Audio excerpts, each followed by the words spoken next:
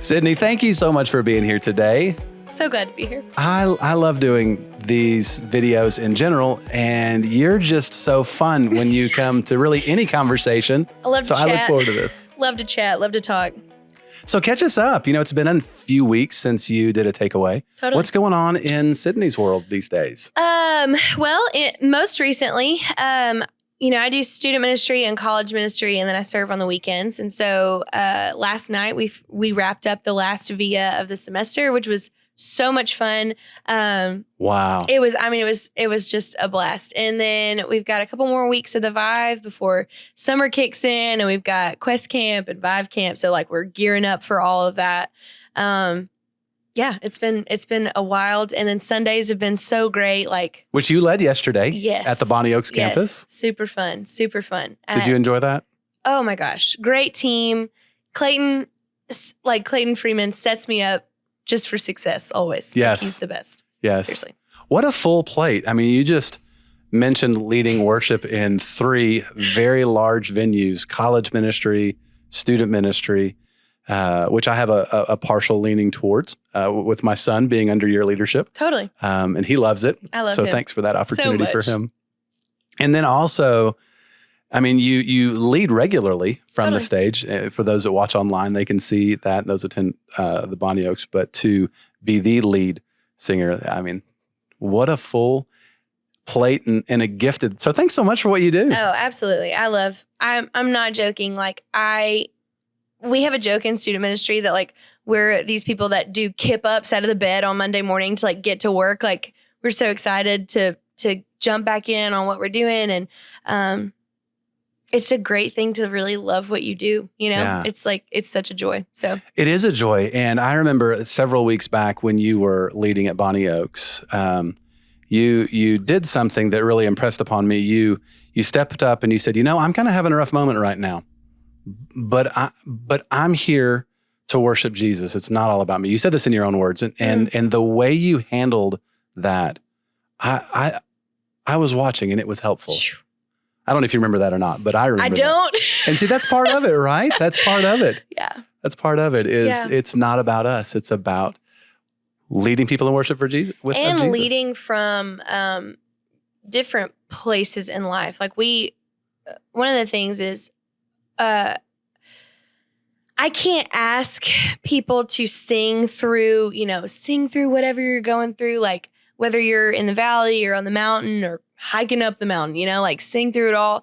I can't expect that of our people and then not be willing to do it myself. And so, but you modeled it well that day. It's been so joy-giving. It's been so life-giving to be able to sing from that place. It's been really cool. Yeah, that's awesome. And so yesterday, Tony started, now we've been in Hebrews for a long time, right? Yeah. But he started a new, mini-series in this series through Hebrews. I think this is our 3rd series in Hebrews. We've talked about how Jesus is better, all in, and now this one on faith, looking at chapter 11. Yeah. Loved it. Listen, Tony, I think I said it the last time that we did this, just smashing home runs. Week after week, he's just talking about what I'm about, it's incredible how God is using the word to just stir people's affections for Jesus, Yeah. So faith, he gave a definition of faith early on in the message. He said some things that it's not. He said it's not blind optimism or just magical thinking. Yeah. Which with this name it and claim it, if you believe it, you'll receive it sort of thing. I'd never thought about that as magical thinking before, but he called it out. And I appreciated that. It's not just about me going, oh, I want this, or it's not that. Totally. It's not that, but it is a confident assurance in things not yet visible. And he talked about how God makes promises in his word. And by faith, we hold on to those. I don't see it, but I can absolutely be sure of it. Yes. Yes. I think about how one of that faith and peace are like connected. Do you know, like they always go together. That if I'm acting out in faith, it's probably because I've been given the gift of peace, of the peace of God, that I can have confident assurance. I can rest in whatever I'm walking through because God has gifted me peace and gifted me faith in that circumstance. Yeah. You know? That's helpful. It's a fruit of the faith. You know, for me, when I was listening to Tony's message and even in hearing you talk about that right now, you know, we don't get peace out of trying harder, as if faith is a matter of trying harder, right? I'm going to have more faith and we work it up. You know, it's the object, and that's of our faith. Totally. That is faithful. Not me, right? It's the object of our faith. Even when we are faithless, he remains faithful. Yes. And then we find that. And so that's just so helpful and so needed. Yeah. One of the things that struck me so much, it was mentioned in the message and it was perfectly paired in the songs that we were singing. And I even mentioned it when we were singing. Any illusion that we have of our control is an illusion. Like it's not like I don't control my body. Like I don't control that it works right. I don't control the weather. I don't control how people treat me. Like I don't have control over any of that. All that I have control over is how I respond to things. And so yesterday, Tony talked about it in the message and we sang about it in our songs, that we choose to praise, that we choose to believe. Like we sang in Yes, I Will. I choose to praise, to glorify the name above all names, that nothing can stand against. That we will sing, yes, I will lift you high in the lowest valley. We sang that in that song. And then in There's Nothing That Our God Can't Do, we said, I will believe for greater things. Like we were just singing these great truths about choosing to believe, choosing to praise, no matter what the circumstance looks like, because we really don't have control over anything else. And God has control over all of it. So like resting and trusting that he is the one that's in control, and that we get to just give him praise for what he's doing and for who he is along the journey is so powerful to me. Yeah. Yeah. And that makes a difference on your Monday morning. It sure does. You know, it's not just something in the moment. We don't have control. I like what you said there. We don't have control. And we sing about that on Sunday, but that makes a difference on our Monday when we go to work or we're with our family or we're dealing with that diagnosis, you know, and we're thinking about that again. Yeah. It's Monday and I'm right back here, kind of a thing. But we can have peace knowing that our God is, I mean, you know, I love Tony talked about, I got to find out my notes here. 3 words: character, promise, and time. Yes. You know, the reason we have faith in him is, you know, it starts with the character of God. We think about all the Bible says about his character. This was so helpful for me. And because of his character, when he makes a promise, I can trust in that. I can rely on that. I can have faith in that. And though time passes and there's a delay, I love this. I mean, this is just so, yeah. Yes. That I can wait with assurance. Yes. He started to mention an illustration about a restaurant, you know, waiting for somebody to show up at a restaurant. I didn't think he was going to go there. I mean, in my mind, I didn't hear the rest of his illustration. I went to thinking about when you go to a restaurant, you order a meal and you sit down and you wait and you don't get anxious about that, right? You're like, is my food going to come?